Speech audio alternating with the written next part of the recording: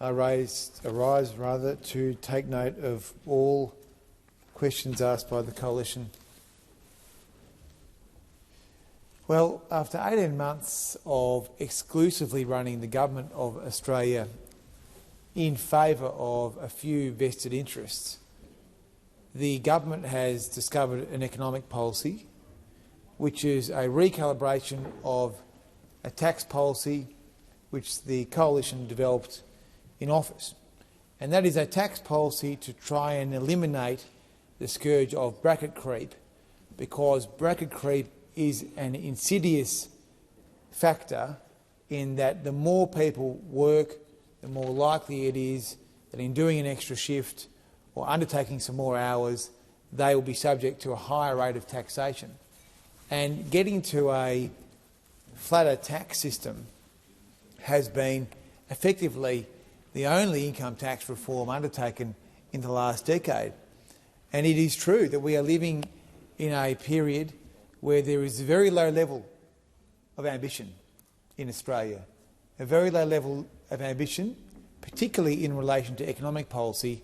And when you consider the 18 months of the Labor Party's government so far, it has been exclusive economic policy for the unions and the super funds and the class action law firms, to the point where not only is policy perfectly calibrated to meet their needs, but also we see funding decisions and the like taken in their favour.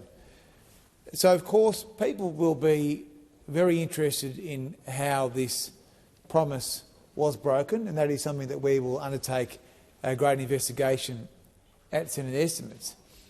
But this is a tax policy that Labor said in the last two elections that they were committed to. And in fact, the Prime Minister said in December last year that they were not reconsidering the package, not reconsidering. So you have to ask yourself, Deputy President, why are we here? Why are we at this point? Now, I would suggest that it has a lot to do with a by-election in Victoria, and that this policy, the belated economic agenda of the Albanese government, which is the recalibration of a Liberal Party tax policy, was developed at this juncture because the Prime Minister wants to ensure that his numbers in the House of Representatives are going to be assured, and he wanted to take an economic policy, effectively a policy, to this by-election in Victoria. And that is because at the end of last year the government was completely rudderless. Rudderless because of the central problem this government has, which is an absence of economic policies designed to solve the problems of today.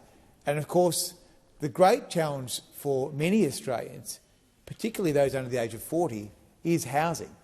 It is getting into a house, or it is paying the rent, and the failure of the government to be able to address even its own housing targets is, of course, a major issue for the government, which is why people are so unhappy. And so, of course, this policy was concocted in order to give the government some momentum for this upcoming by-election.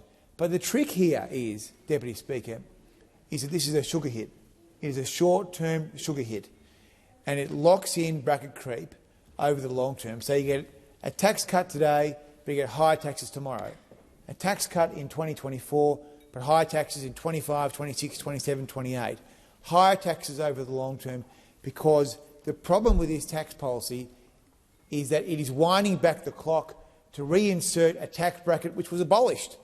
So the only decent tax reform undertaken in the last decade is being unwound because of a by-election. And we're now going to base the whole personal income tax system around one man's job and around a by-election in Victoria. And that is the problem, that we're going to be hitting aspirational people with a higher tax bracket by reinserting the 37 cents in the dollar bracket. And that is hugely regrettable. And reversing a tax reform, the only tax reform in the past decade, means that the limited ambition that we had on economic policy, on economic reform, has now gone to a new low. And of course we don't want to stand in the way of a tax cut for any Australian, but the reality is that the reinsertion of this tax bracket is a bad thing for Australia. It's a tax cut today, but a higher tax tomorrow.